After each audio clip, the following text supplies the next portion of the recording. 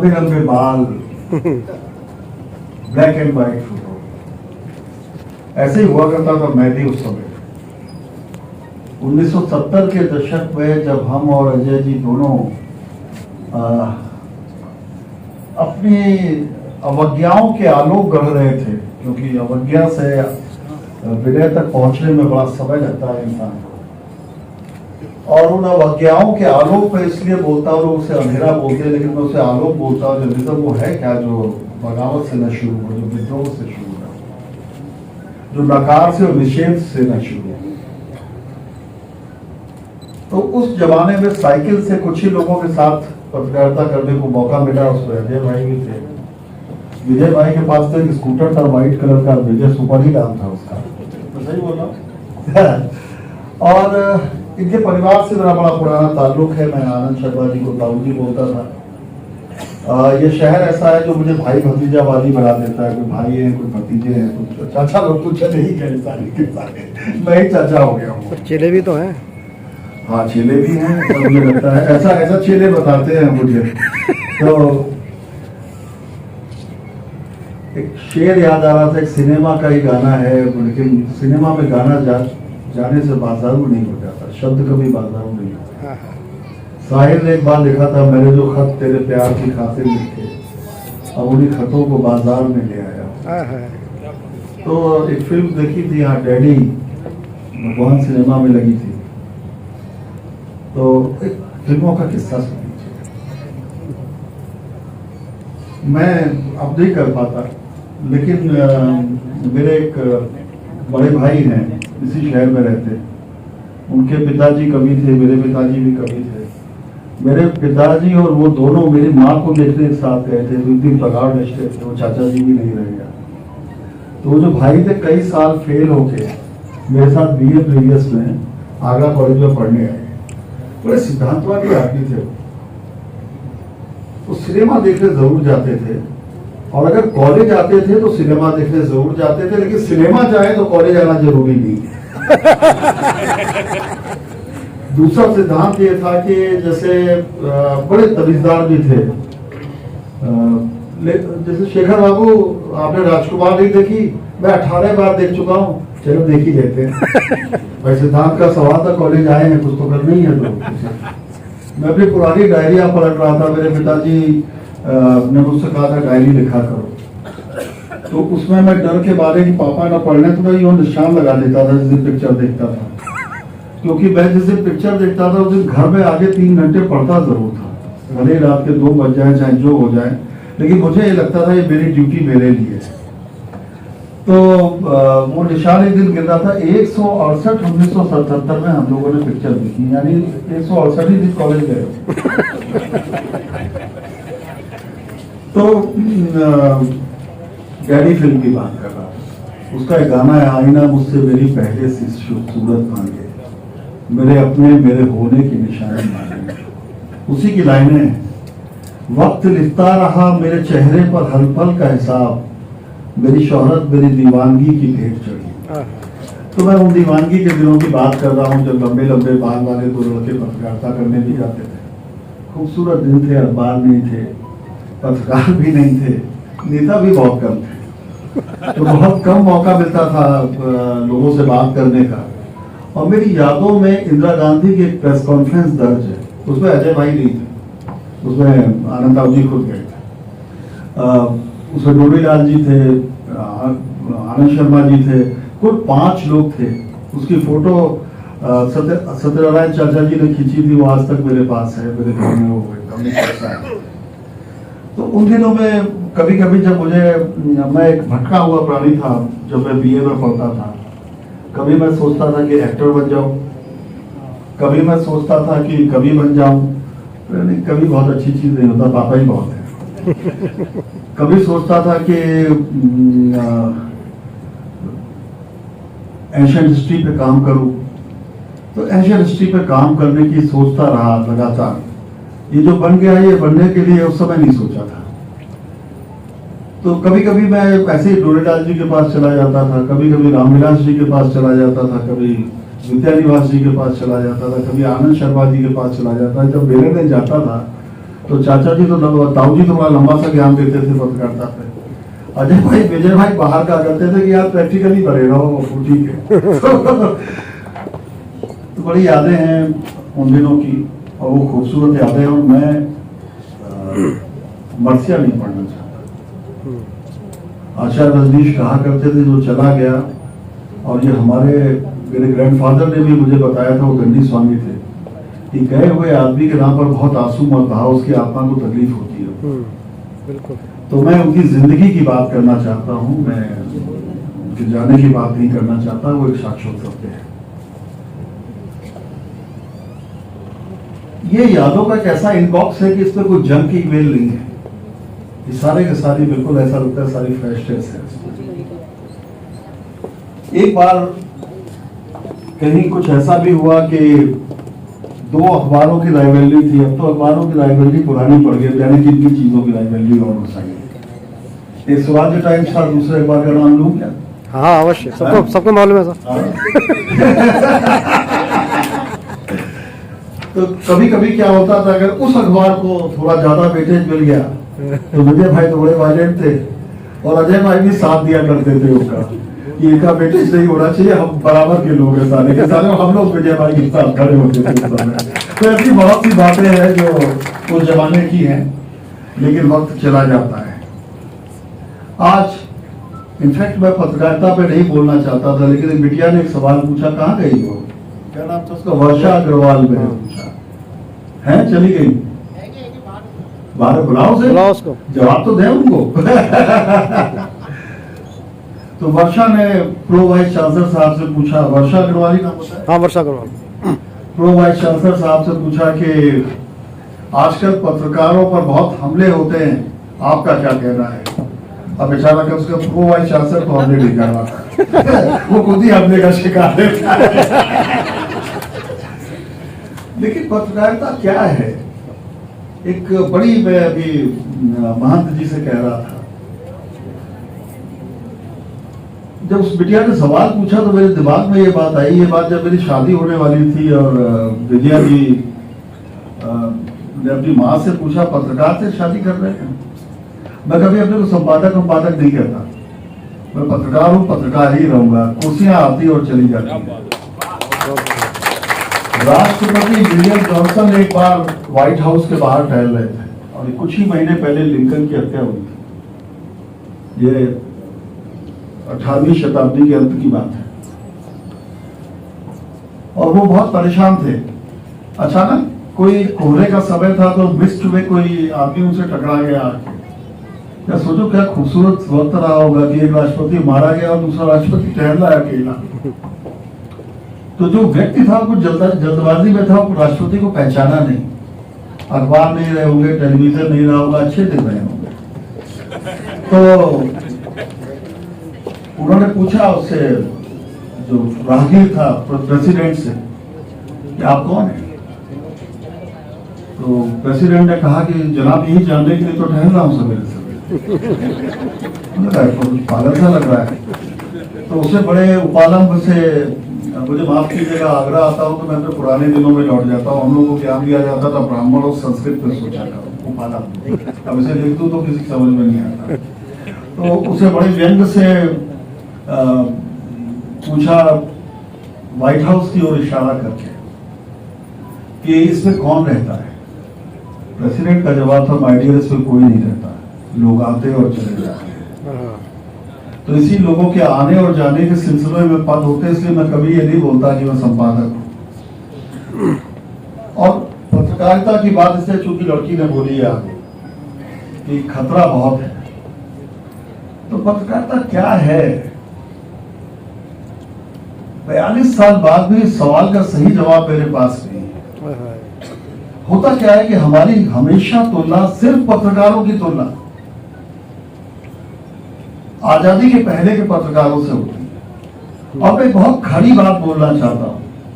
हम सारे लोग अगर अभी 100 साल पीछे घड़ी हम सबको ले जाए, तो यहां बैठा कोई भी आदमी क्या उस समय आजादी की लड़ाई नहीं लड़ रहा होता? मन से, तन से, धन से, कैसे भी?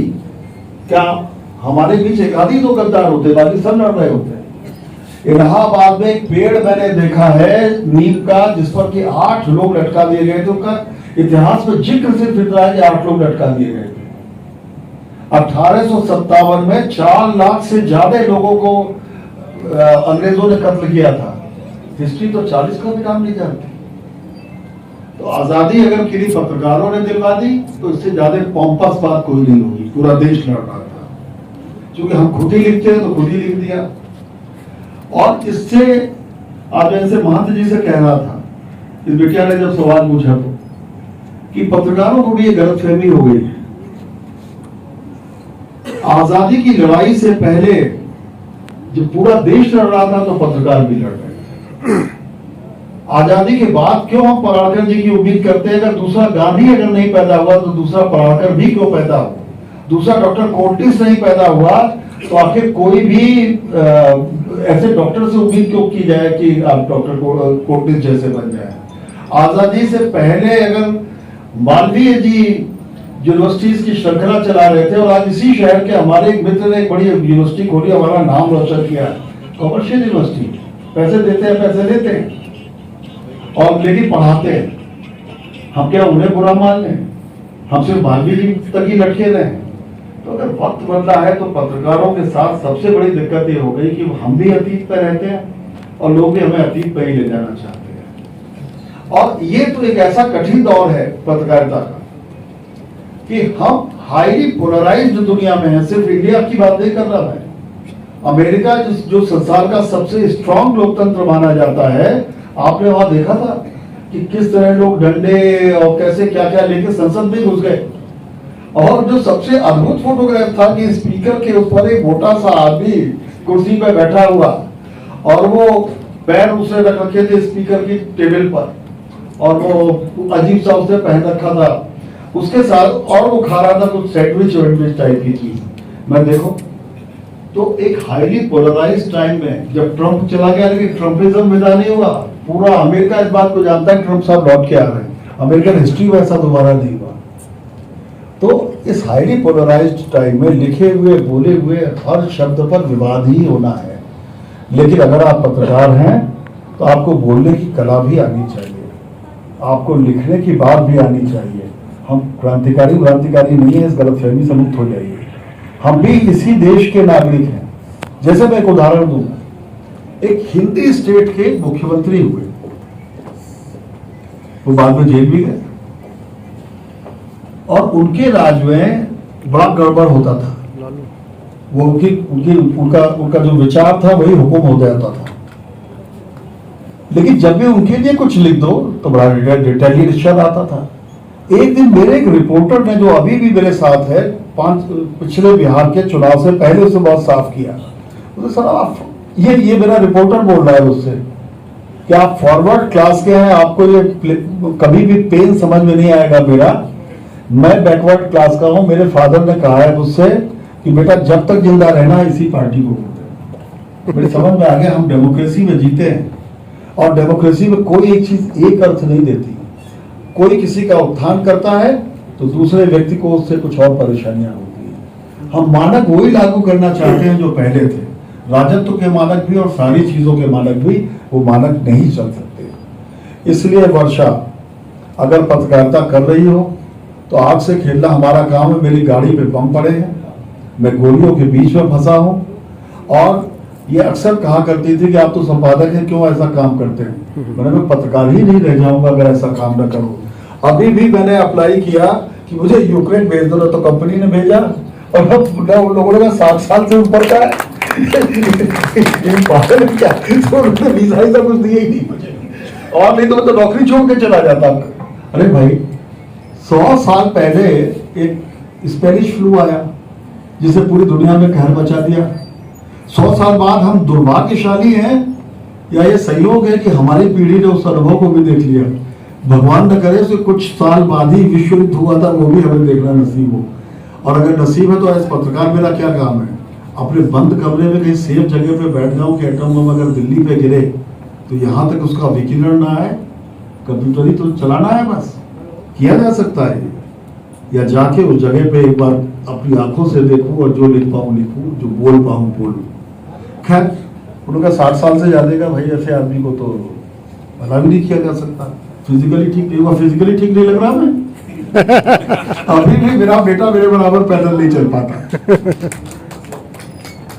तो पत्रकारिता हमेशा से कुछ तोड़ने का, कुछ मोड़ने का, कुछ लीक से हटके चलने का काम है। हाँ हाँ इसमें एक प्रवाद है, इसी जगह पे माथुर साहब ने बोला था, ये बहुत संयोग वाला हॉल है, राजेंद्र यादव जी की षष्ठी मूर्ति बनाई गई थी और माथुर साहब उसके चीफ गेस्ट थे और मुझे विषय प्रवर्तन का ठेका मिला था। तो माथुर साहब ने एक बहुत गजब की बात कही थी, इनफैक्ट वो किताबों में है कि कुत्ता आदमी को काट ले खबर नहीं है, आदमी कुत्ते को काट ले तो खबर है। मैं इस बात से न सहमत उस दिन था, ना मैं आज हूँ। उनके लिए बहुत ही विनम्रता से बोलता हूँ। मेरे एक तरह से द्रोणाचार्य थे, मैं उनका एकलव्य था। लेकिन मैं बहुत तमीज से बोलना चाहूँगा कि खबर दोनों है।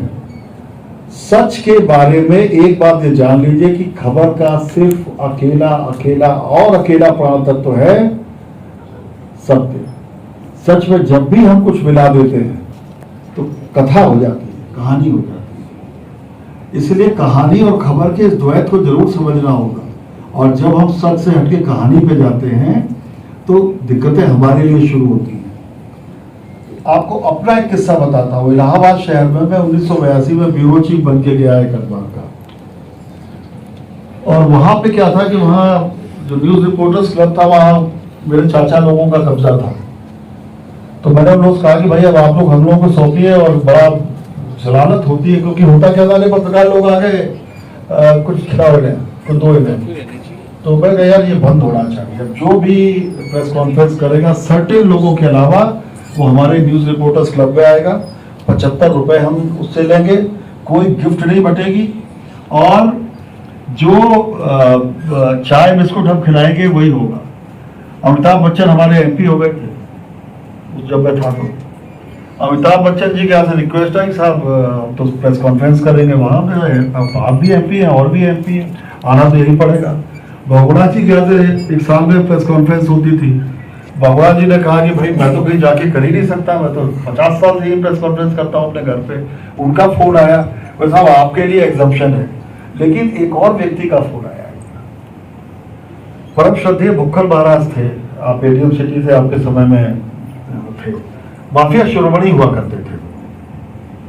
तो एक दिन ये आया कि एक मूछ वाला आदमी आया, तो कहा एक प्रेस कॉन्फ्रेंस कराने का है। हमने बताइए किसकी है? ये महाराज की है। कौन महाराज? अब तो महाराज जी से आप समझ जाते हैं। तो मैं और समझाने वाले नहीं है लेकिन मेरे वक्त में बस वाकई नहीं समझा महाराज कौन है। तो कह रहे महाराज की नहीं जानते हो? भुक्कल महाराज। तो मैंने भाई वो कौन है कि उनकी प्रेस कॉन्फ्रेंस होगी? कह रहे वो कौन है? महाराज है, प्रेस कॉन्फ्रेंस करना चाहते हैं तो प्रेस कॉन्फ्रेंस होगी। हमने नहीं होगी प्रेस कॉन्फ्रेंस। अब साहब कमाल ही हो गया। मेरे एक मित्र थे उदय मालवी, वो आए, वो बोले कह रहे तुम पागल हो यार, भुक्कल की प्रेस कॉन्फ्रेंस नहीं होगी तो किसकी होगी? वैसा भी तो नहीं होगी। 3 दिन बाद महाराज का फोन स्वयं आया। ये भी बड़ी रेयर घटना होती थी कि महाराज स्वयं फोन करें। अच्छा, वो बड़े लंबे चौड़े और बड़े प्रभावशाली व्यक्तित्व के थे, जिस धंधे में थे उसके लिए बड़ा उपयुक्त थे वो। लेकिन उनकी आवाज बड़ी पतली थी। तो बड़ी महीन सी पतली सी आवाज में उन्होंने कहा कि अरे शेखर बाबू, मैंने कहा आप किस हैसियत से प्रेस कॉन्फ्रेंस करना चाहते हैं? अरे आप जानते नहीं, जितनी भी लेबर यूनियन हम सबके संरक्षक हैं, हम लेबर मूवमेंट हम ही चलाते हैं इस शहर में। तो मैंने कहा भाई मैं तो नहीं जानता। उन्होंने कहा अरे आप न जानते हो तो उसे क्या मतलब है? आपके मालूम है क्या कि इस समय दुनिया में कहाँ अंधेरा है कहाँ उजाला है? अरे यहाँ उजाला कहीं अंधेरा हो, आपके तो नहीं मालूम है ना। मैंने कहा नहीं महाराज, प्रेस कॉन्फ्रेंस नहीं होने दूंगा, विज्ञप्ति देगी। नहीं हुई।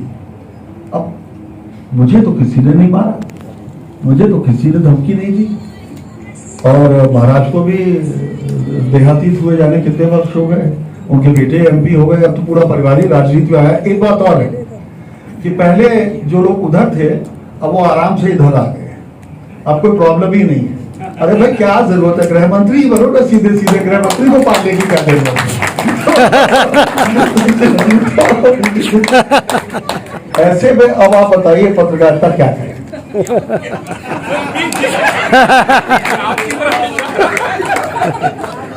हम ये जानते हैं कि आप क्या हैं, लेकिन जनता ने आपको चुना है, आपके पास विशेषाधिकार है, संसद से मिला हुआ विशेषाधिकार आपके पास है। और आप जैसे लोग ही 70% हैं वहां पर। अगर आप इस बार की विधानसभा हमारी देख लें, 60% से ज्यादा लोग, इस वक्त 90% लोग ऐसे हैं जो कि करोड़पति हैं। इस देश की पर कैपिटा इनकम कितनी है बताओ? तो हम ऐसे लोगों को चुनते हैं। और ऐसे में पत्रकारिता को भी ये उगालता बंद कर देना चाहिए, इसलिए कि लोकतंत्र अपना रास्ता ग्रहण कर रहा है और उस ग्रहण करते रास्ते में सिर्फ रुकावटें ना आए, उन रुकावटों को हटाने की छोटी सी जिम्मेदारी हमारे पास है। ज्यादा चीजें नहीं बदली जा सकती, लेकिन रास्ता सुगम भी कर सके तो शायद हम अपना काम कर दें। और इसलिए कभी कभी धमकियां भी मिलेंगी, कभी कभी धमकियों को कार्य रूप में भी परिणित किया जाएगा, लेकिन आपकी अकेली ताकत सच है। इसी शहर में मेरे ऊपर राष्ट्रद्रोह के कितने मुकदमे लगे थे आप लोगों को बताओ? लेकिन मुझे तो किसी ने बंद नहीं किया, मुझे तो किसी ने कुछ नहीं किया। बल्कि एक बात और हुई कि कोई एक ऐसी घटना हो गई कि एसपी और एसएसपी दोनों डर के मारे भागे, उन्होंने बात ही करना बंद कर दिया। और जो सीओ थे उस इलाके के, चूंकि मेरा घर और ऑफिस उन्हीं के उसमें था, उन्होंने उनको लगा दिया कि इनसे दोस्ती कर लो, हो सकता है ना गिरफ्तार करना पड़े, तो तुम ही करना भाई, सत्या से हम लोग। और वो सीओ साहब मेरे भाई आज भी आगरा में एसएसपी भी रहे वो, और वो तो रिटायर हो गए। वो करते क्या थे कि रात में 1 बजे आके जब मेरा घर जाने का टाइम हो तो बैठ जाए, 3 बजे तक बैठे रहे, बड़ा कर्रा ब्राह्मणवाद चलाते थे। तो अरे यार क्यों ना, तो मैंने एक दिन उससे कहा, लेकिन उन्होंने उसका आज तक पालन किया। वो वर्दी में भी मेरे पैर ही छूते, कभी भी मिले, अब तो रिटायर हो गए, लेकिन वो बड़ा भाई मानते थे, बड़ा भाई आज भी मानते हैं। तो वो मैंने एक दिन उनसे कहा कि ये बताओ यार, इस अचानक उन्होंने प्रेम का रहस्य ये है कि तुम्हारा एसपी सिटी तो मेरे आसपास भी भटकना चाहता। हितेश अवस्थी एसपी सिटी हुआ करते थे, बहुत से लोग जानते हैं उस बात को। तो बोले वो एसएसपी बात थोड़ा दूरी बरतता है, को भाई साहब आप समझ ही गए मेरे मुंह से क्यों कहलवाना चाह रहे हैं। और दोनों जगह अचानक हमारे जो टेलीफोन लाइनें थी खराब हो गई, और टेलीफोन वालों के तंबू लग गए घर के बाहर, इधर भी उधर भी। वो टेलीफोन वाले नहीं थे, पुलिस वाले थे, क्यों फोन सुनते रहते थे हमारे जो भी। खैर, खतरे कल भी थे, खतरे आज भी हैं। कोलंबिया में खतरे माफिया से मिलते हैं, और हमारे यहाँ माफिया हुकूमत भी करता है। तो आपको आपके खतरे ऐसे ही हैं, तो इन चीजों से डरने बढ़ने की जरूरत नहीं है, इनके बारे में ज्यादा सोचने की भी जरूरत नहीं है।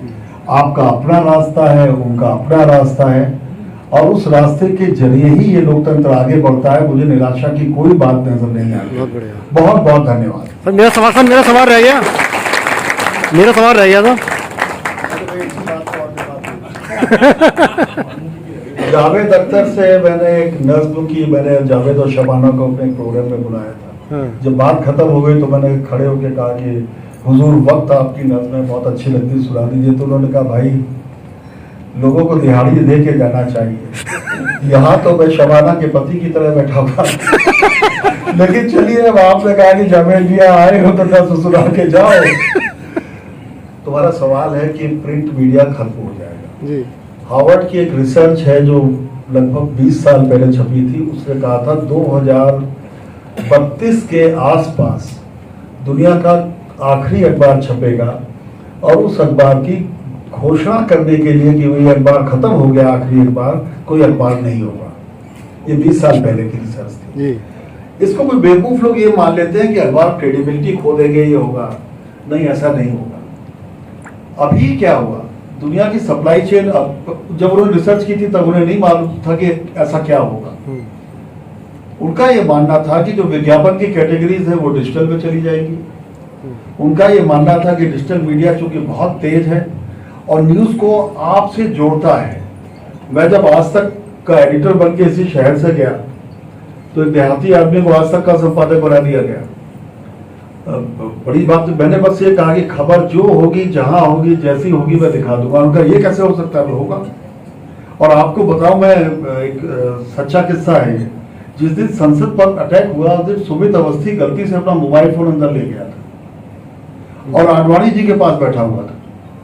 जब हमला हुआ तो उसे फोन किया आशुतोष को। आशुतोष हमारे ब्यूरो चीफ थे। आशुतोष प्रतिक्रियावादी व्यक्ति है। अचानक वो न्यूज मीटिंग हो रही थी सुबह की, उन्होंने कहा क्या संसद में गोली चली? जरूर साले, एक नेता ने, उत्तर प्रदेश के नेता है, उसने चलवाई होगी। ये कह के वो पीसीआर की ओर भागा ताकि हम न्यूज को ब्रेक कर सके। उसके पीछे मैं भागा, अरे उसका नाम मत ले देना नहीं था करके। और पीसीआर और हमारे जो कॉन्फ्रेंस हॉल था उसके बीच में मुश्किल से 30 मिनट 30 सेकंड या 25 सेकंड का फासला था। उसी में दौड़ते दौड़ते मैंने प्रोड्यूसर को बोला सिर्फ ये इतना सिर्फ लिखो संसद में गोली चली, और सुमित सिर्फ ये बोलेगा संसद में गोली चलने की आवाज आ रही है, अभी अभी ये हुआ है। और मैं आडवाणी जी से बात कराने की कोशिश कर रहा हूं क्योंकि देश के गृह मंत्री का ठेका भी समय नहीं ले लेना है। देश के गृह मंत्री को भी बाद में प्रेजेंट करेंगे। उसमें एक थोड़ी सी बिजनेस टैक्टिक्स भी थी। आप चूंकि नौजवान पत्रकार उनको भी बता दूं, मेरे दिमाग में था अभी सब दरवाजे बंद हो जाएंगे, अकेला सुमित अवस्थी अंदर रहेगा आडवाणी जी के पास, तो उनको तो पकड़ ही लेके कहा जाएंगे। थोड़ी देर बाद आडवाणी जी एक्सक्लूसिव कर देंगे। लेकिन अगर उस समय उस नेता का नाम चला गया होता कैसा अनर्थ होता। तो सत्य के उसमें हमने जोड़ा, अखबार में उसको पहुंचाने के लिए 24 घंटे इंतजार करा दिया। तो एक उनकी वजह ये थी। दूसरी वजह ये थी कि पारिस्थितिकीय कारणों से पेड़ों की कटाई बंद हो जाएगी, अखबारी कागज का छपना बंद हो जाएगा। एक विज्ञापन कैटेगरी, दूसरे खबर की तेजी, तीसरी अखबारी कागज का संकट, और चौथी दुनिया का बदल जाना। अगर आज आप देख लीजिए यूक्रेन के युद्ध की वजह से अखबारी कागज 85% महंगा हो गया, क्योंकि वहां से माल आना बंद हो गया और सिर्फ रूस और कनाडा 2 जगहों से सबसे ज्यादा न्यूज प्रिंट इंपोर्ट होता है। तो प्रिंट मीडिया का तो कोई बहुत दूर का भविष्य नहीं है। लेकिन नए पत्रकारों से मैं एक बात कहना चाहता हूं, हाँ ये बात मेरे दिमाग से उतर गई थी कि आने वाला समय आपका बहुत खूबसूरत समय है। हमें संस्थागत होना पड़ा जिंदगी भर, हमें अपनी बात कहने के लिए किसी संस्था का सहारा लेना पड़ा, और जब संस्था का सहारा लेना पड़ा तो संस्था के नियम कायदे भी हमारे ऊपर आयत हो गए। आज आपको किसी संस्था के सहारे की जरूरत नहीं है। आपको नए संसाधनों ने वो मौका दे दिया है। अगर आपके पास कंटेंट है, मैं अक्सर सोचता हूं, मैं 20 साल की उम्र में पत्रकार हो गया था, अगर मैं अभी 20 साल का हो जाऊं तो मेरी तो दुनिया बहुत चमकदार और रोशन होगी, मैं ऐसा सोचता हूं। और इसलिए मैंने फैसला किया कि 20 साल काम और करूंगा।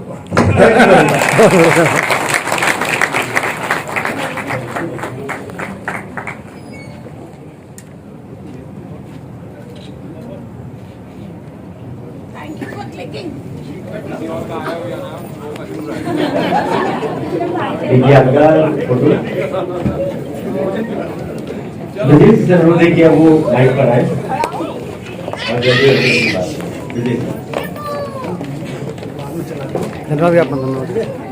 मैं सम्मानित सभी अतिथिजनों का और आप सभी का जिन्होंने आके हमारे परिवार की शोभा बढ़ाई है, उनको गौरवान्वित महसूस कराया है। आप कृपया करके आमंत्रित हैं सहभोज में, हम लोग परिवार जन भोज करेंगे।